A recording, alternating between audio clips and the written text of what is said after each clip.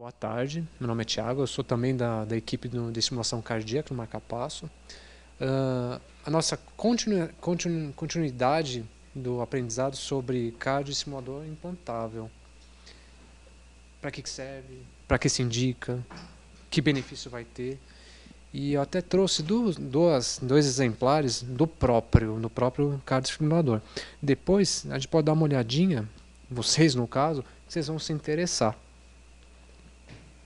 Aí eu ponho aqui na mesa e depois vocês dão uma checada. Depois o Sérgio me obrigou a devolver porque não é meu, não é dele, é da empresa. Esse aqui é um cardioestimulador unicameral, que só vai um eletrodo no ventrículo para dar space também, que vai dar o choque e isso não interfere muito, mas basicamente é um aparelho que intrinsecamente tem interesse em dar choque. Para que dar choque? O negócio se implanta para ficar dando choque. Enfim, isso eu vou explicar tudo. Então, nós vamos começar a nossa explanação de cardioestimulador implantável. Quais as indicações dele? Antes de a gente começar, nós vamos começar a explicar o ritmo cardíaco normal. Porque, para a gente ter uma ideia, como um coração estruturalmente normal, funcionalmente normal, funciona, como ele entrega o seu funcionamento para gerar energia, tudo para ter a vitalidade do organismo como um todo.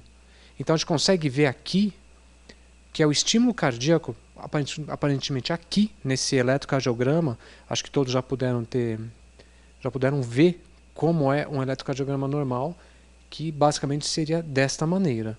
O que a gente consegue ver aqui é um complexo QRS, todos eles estreito. Estreito quer dizer o quê?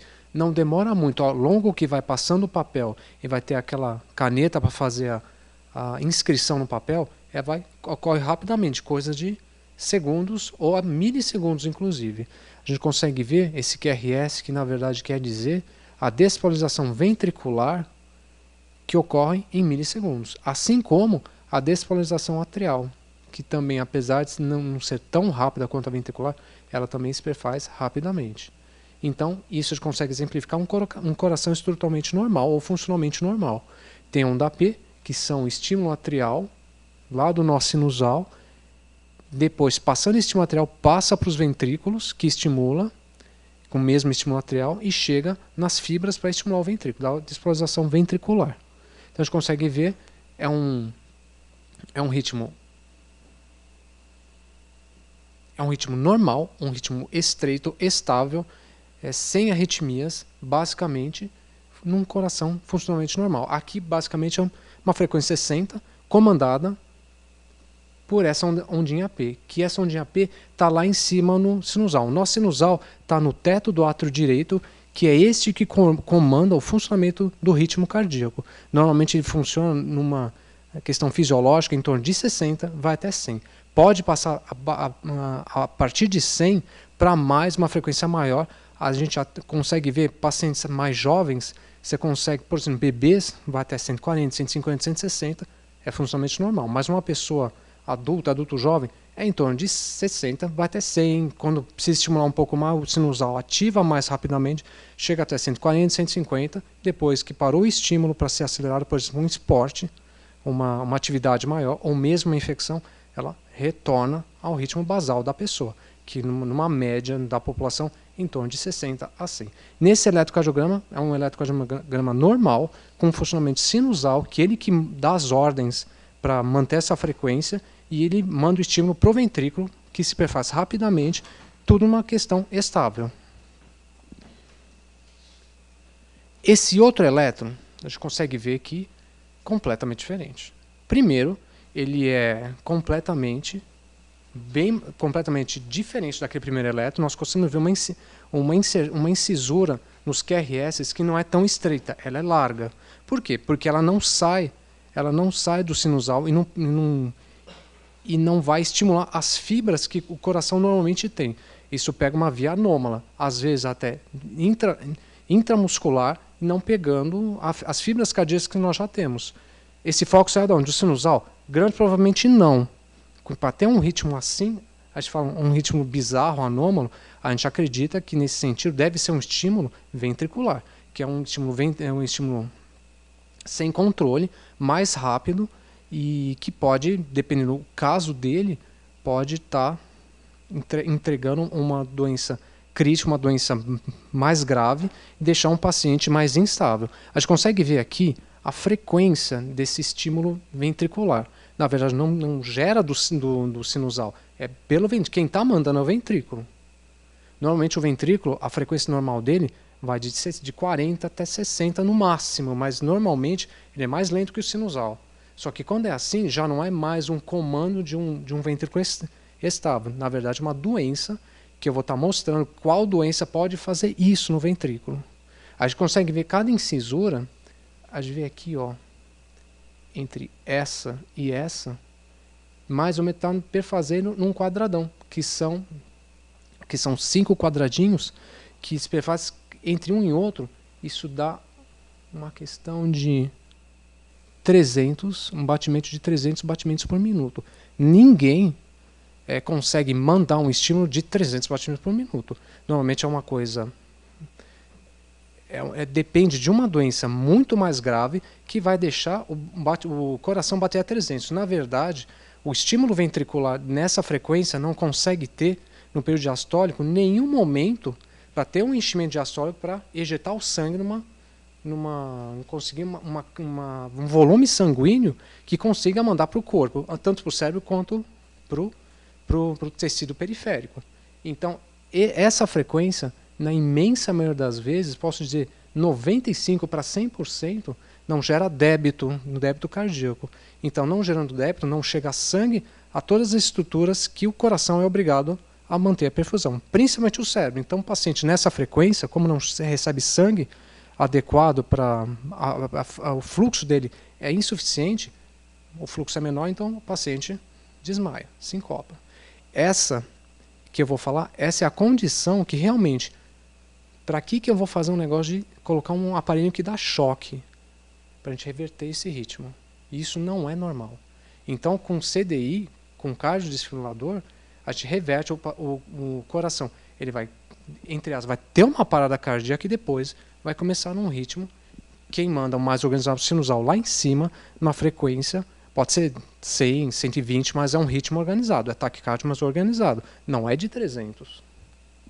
Então nós vamos ver que condições a gente consegue ter uma situação dessa, que é uma condição crítica, uma condição com grande probabilidade de mortalidade.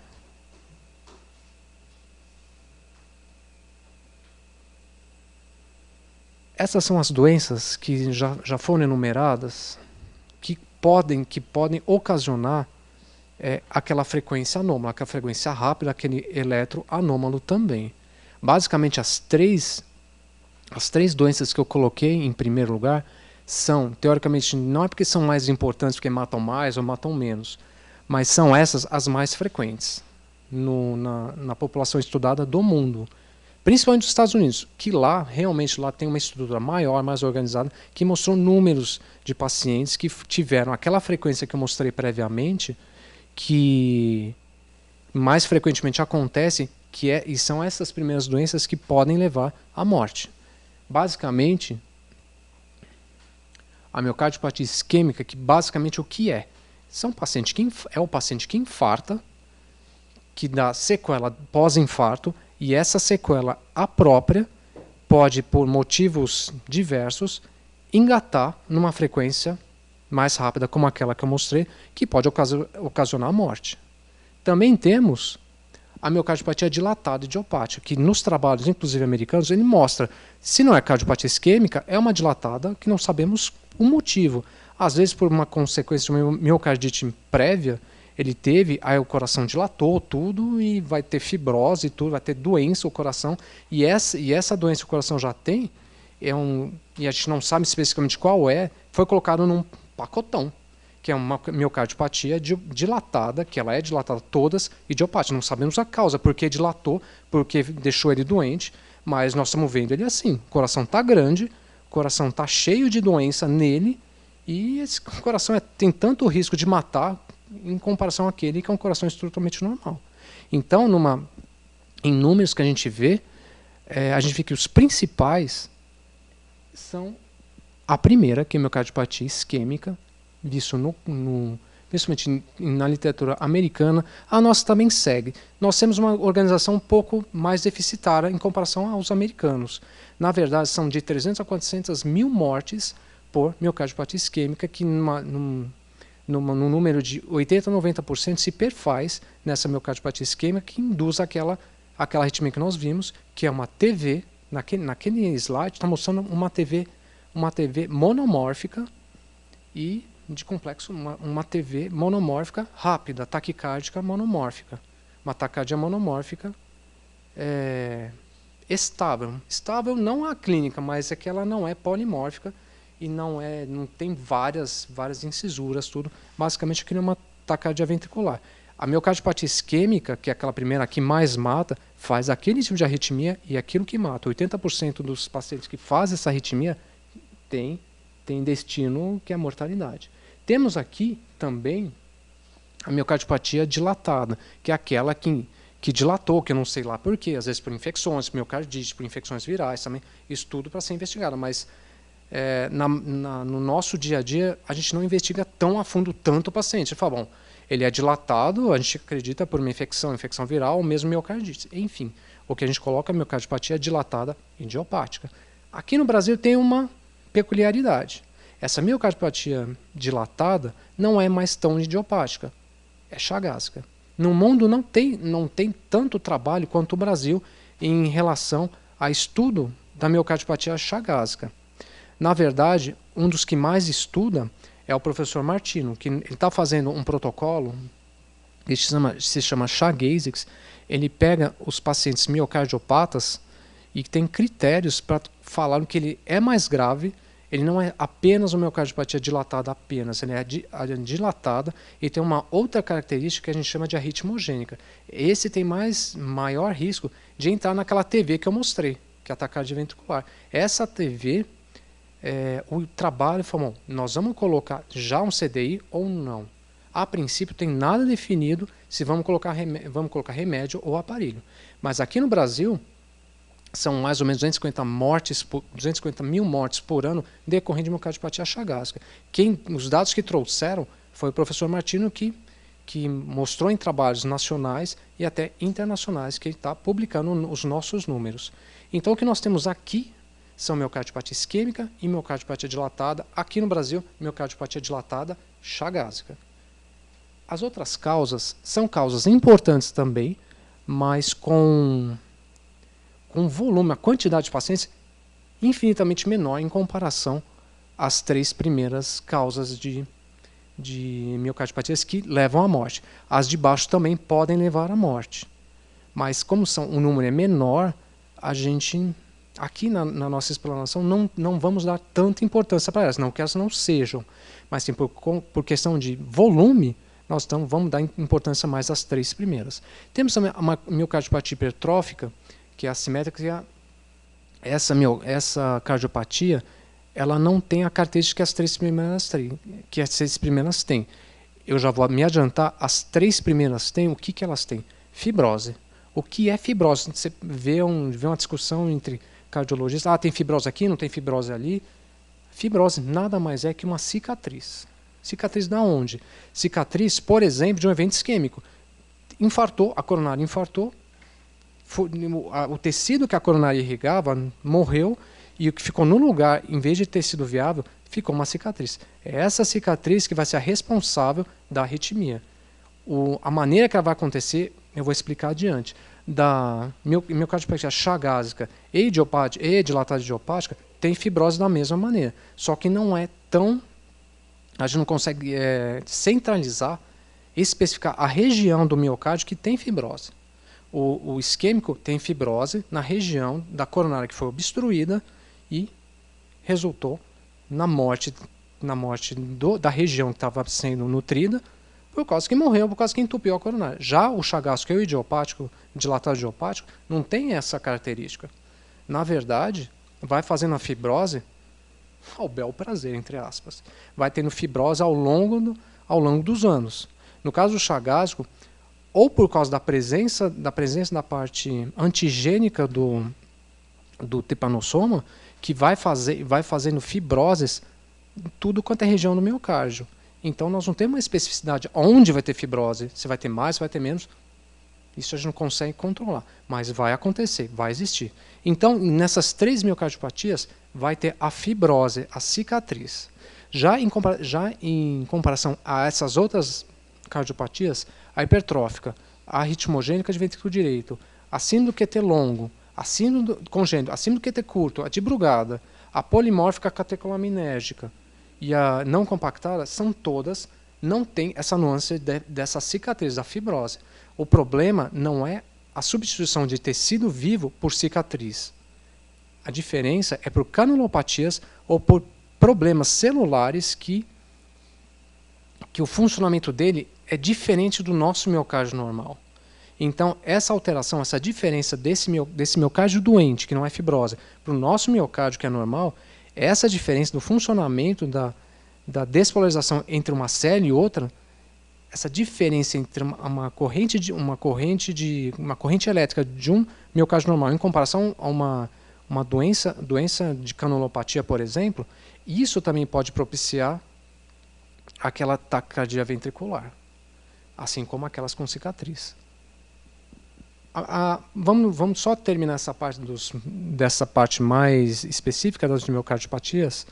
Por exemplo, a hipertrófica. O que nós vamos ver na hipertrófica, antigamente e até hoje, mas outros nomes já tem, seria a miocardia hipertrófica assimétrica. Por que assimétrica? Porque tem lá o septo, ventrículo direito, ventrículo esquerdo, só que o septo ele é acima de 15 milímetros. Ou então a relação entre parente posterior do ventrículo esquerdo e o septo é 1,5. E isso tem um risco muito alto para ter morte súbita. Mas por quê? Não tem cicatriz, mas tem essa desorganização das fibras musculares. E isso tem uma diferença das despolarizações. E essa zona, vamos dizer assim, esse caos, pode ocasionar uma arritmia em si mesmo. Já tem a displasia arritmogênica de VD, na verdade não tem cicatriz. Na verdade tem a colocação, a substituição do tecido muscular ou a colocação em cima de tecido fibro gorduroso, na maioria das vezes no ventrículo direito. A partir disso, pode-se também ter essa desorganização entre as fibras musculares e isso pode também fazer arritmia. A gente consegue ver a partir de eletrocardiograma de alta resolução que a gente consegue ver o pós-potencial, que é tardio, que tem um tempo maior. Isso a gente consegue, então se tem, já tem, a gente consegue estudar que tem ou não tem doença. No QT longo congênito, no QT curto, da Brugada, a catecolaminérgica e não compactada também são doenças de miocárdio, mas cada um com a sua especificidade, a sua característica própria. Mas são casos bem mais raros. Aqui, quando vocês forem passar, acredito, no ambulatório também, vocês vão ver até que uma quantidade razoável desses casos. Mas no mundo real, vamos dizer assim, entre aspas, no mundo afora, é bem mais raro. Muito mais raro em comparação às 3 primeiras. Então, partindo disso, principalmente da literatura americana e a nossa, quando é que nós vamos tentar prevenir o paciente de morrer? Que o maior número são os isquêmicos e dilatados. Tem muita gente, então como é que nós vamos prevenir isso? Então, a morte súbita cardíaca é responsável de 300 a 400 mil mortes ao ano, isso nos Estados Unidos. Aqui os dados não são tão expressivos, mas é possível já fazer números aqui. Aqui é menos, é questão quase a metade, que são 250 mil mortes ao ano. 80% desses casos é por miocardiopatia isquêmica, aquele que o coração infarta, faz a cicatriz, entra em arritmia e morre. 80% desses pacientes que tiveram morte súbita foi por causa isquêmica, por infarto. 15% por miocardiopatia dilatada. No mundo, como tem várias causas, põe tudo no pacote lá no trabalhos americanos. É dilatado, idiopático, não sei a causa.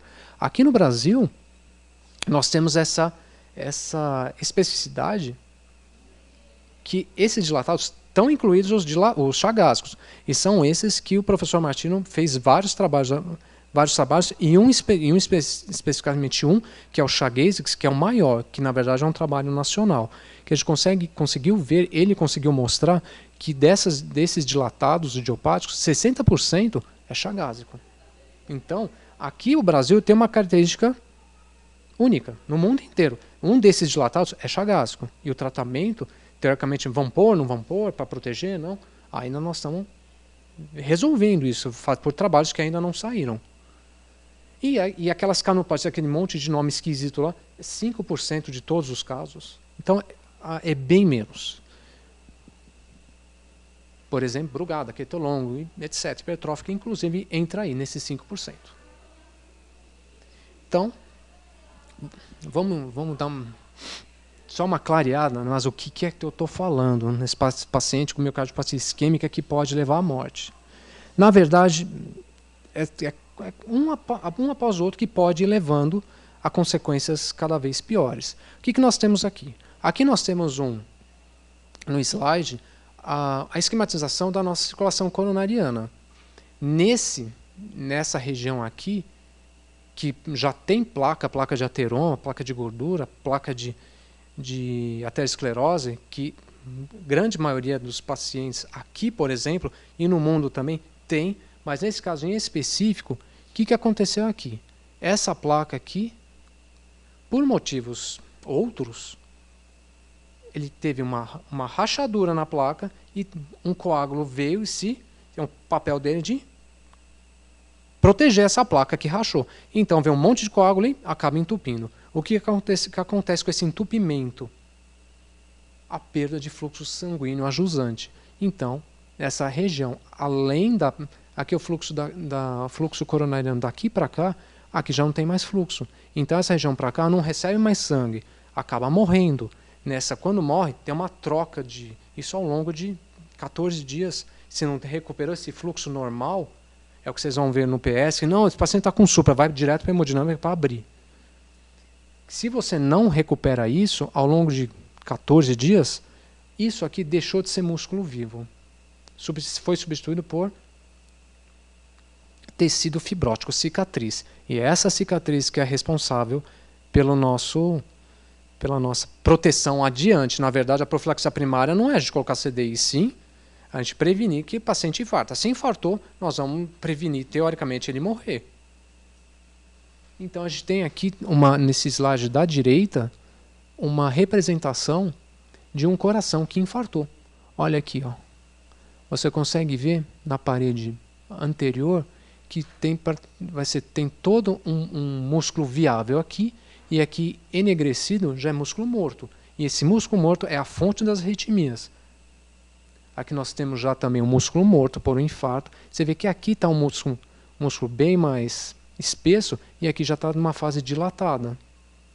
Só que dilatada em específico, onde morreu, na isquemia, do infarto. E aqui é o mais importante para a nossa explicação de hoje.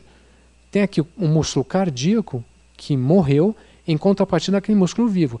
Essa diferença de despolarização, quando você manda o sinusal lá em cima, manda estímulo para o coração, que vai bater o ventrículo, só que ele encontra um estímulo num músculo que não bate mais. É morto, é cicatriz. Essa diferença de sequência, que é uma velocidade de músculo vivo, uma velocidade de músculo morto que não vai bater. Essa diferença acaba engatando, o estímulo cardíaco ele não vai lá para frente, ele vai acabar indo e voltando, tentando dando a volta, e em contrapartida, o músculo cardíaco vivo do lado vai fazer a função normal, e isso propicia o fenômeno que a gente chama aqui de reentrada. Aí eu vou mostrar um outro slide como essa reentrada. Essa reentrada é diferença de despolarizações, de tempo de despolarização, porque deixou de ser organizado como era para ser. Sempre tem que ser assim. E não é mais. Então, basicamente, a miocardiopatia isquêmica é nesses dois diagramas, que é a fibrose, que propicia essa diferença entre músculo vivo e fibrosado, que propicia o fenômeno da reentrada. Aqui, só em cortes anatomopatológicos, nós podemos ver aqui o miocárdio normal. Vocês conseguem ver que aqui as células estão todas organizadas, afiladas. afiladas, organizadinhas, o ritmo de estímulo cardíaco vai normalmente. Aqui já não.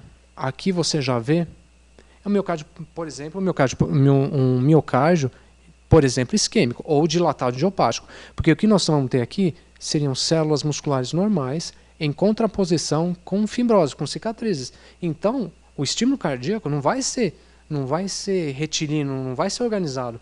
O estímulo que está vindo lá de cima do sinusal, ele vai encontrar músculo vivo que vai conduzir o estímulo lá de cima por um estímulo de uma cicatriz, que não contrai, não faz nada.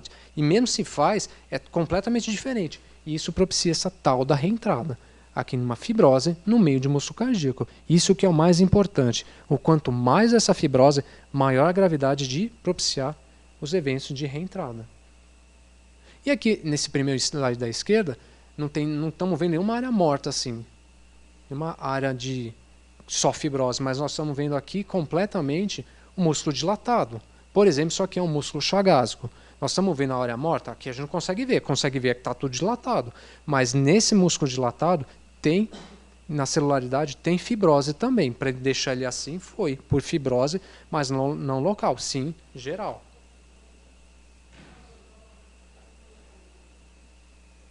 Então, mais ou menos, depois de tudo que eu já falei, que eu não paro de falar, isso mostra como o estímulo cardíaco está se comportando. Lembra daquele outro slide que mostra, esse aqui é um tecido normal, só tem fibras conduzindo, vem o estímulo lá de cima e esse estímulo, o coração, as células cardíacas vivas vão contrair harmonicamente. Beleza, essa harmonia vai chegar até o final do coração, da ponta do coração e vai ter a contração cardíaca normal, harmônica. E dessa maneira a gente consegue ver aquele eletro estreito. Sinusal lá em cima, vem lá do átrio, e aqui o que é resto estreito, a condução rápida. E vem o estímulo lá de cima e vai ao longo das fibras cardíacas. Diferente daqui, esse que tem um monte de fibrose, célula muscular cardíaca normal, com contraposição de célula fibrótica, cicatriz. E isso vai esse caos de estímulos cardíacos rápidos e não rápidos, isso vai propiciar a reentrada. E essa tal da reentrada, quando ela é mais rápida, ela vai fazer isso, numa frequência de 300 batimentos por minuto. Você consegue ver isso em frequências menores, chegar a um ponto de ser menor que 100, que a gente chama de taquicardia lenta, de reintrodução lenta. Mas isso são outras nuances que depois a gente discute que pode acontecer sim ou não.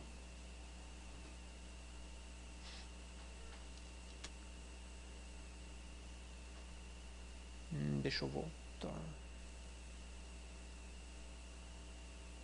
Esse aqui é um eletrograma intracavitário que um dispositivo, um CDI, mostrou que está tendo arritmia. Na verdade, é praticamente a mesma coisa daquele eletro que eu mostrei antes. Aquele eletro largo, todo, rápido. Esse é um pouco diferente porque o eletro não é colocado aqui nos punhos ou aqui nas precordiais. O eletrodo não é na pele, é dentro do coração. Então ele vai ser mais rápido, a incisão vai ser mais rápida. Então a gente consegue ver aqui, não vai ser largo, vai ser diferente do que é o original desse paciente, só que muito mais rápido. Aí o aparelhinho vai ver, identifiquei, está mantendo. O que eu vou fazer? O motivo que me foi implantado. Se acontecer isso, eu vou disparar uma terapia para ele parar com isso. Depois de muito tempo ele acaba morrendo porque para com a perfusão cerebral. Nesse modelo está mostrando aqui, ó, ele considerou que isso aqui é uma fibrilação ventricular. Pelo que eu estou vendo, foi uma terapia de 23 joules. Se vocês forem ver no PS, a desfibrilação ou cardioversão, a gente faz de 200 joules. 220 até de... Começa com 100, 50, vai 200, 220, independe. Por que aqui tão pouco? Porque a diferença é porque o eletrodo está dentro do coração. Ele vai fazer isso dentro do coração. Então, depois que ele aplicou uma terapia, saiu. Você vê que está aqui organizado. Então, ele fez o papel que foi implantado, que foi o motivo do implante. Bom, então podemos ver depois desses slides que o CDI salvou a vida desse camarada. não morreu. Mas em que situações é confirmado o implante de um CDI? Quando é que eu vou pôr o CDI? Tal indicação varia de acordo com a cardiopatia do paciente. Que nem aquele paciente que tem aquelas canulopatias, mesmo assim, sabendo que vai morrer, mas a gente não implanta para todo mundo. Nós tem critérios para ver, esse tem maior risco, esse tem menor risco. Então a gente discute paciente a paciente, cardiopatia por cardiopatia. Mas tem uma coisa, dependendo da cardiopatia, se houver um caso de morte súbita cardíaca revertida, e a gente conseguiu afastar a causa, realmente foi cardiopatia mesmo, que o paciente entrou em taquicardia ventricular, ou fibrilação ventricular. Você tirou com um choque, ele saiu, está indicado. É classe 1, pelos trabalhos mostra que classe 1 está falando, você está indicado para colocar um dispositivo.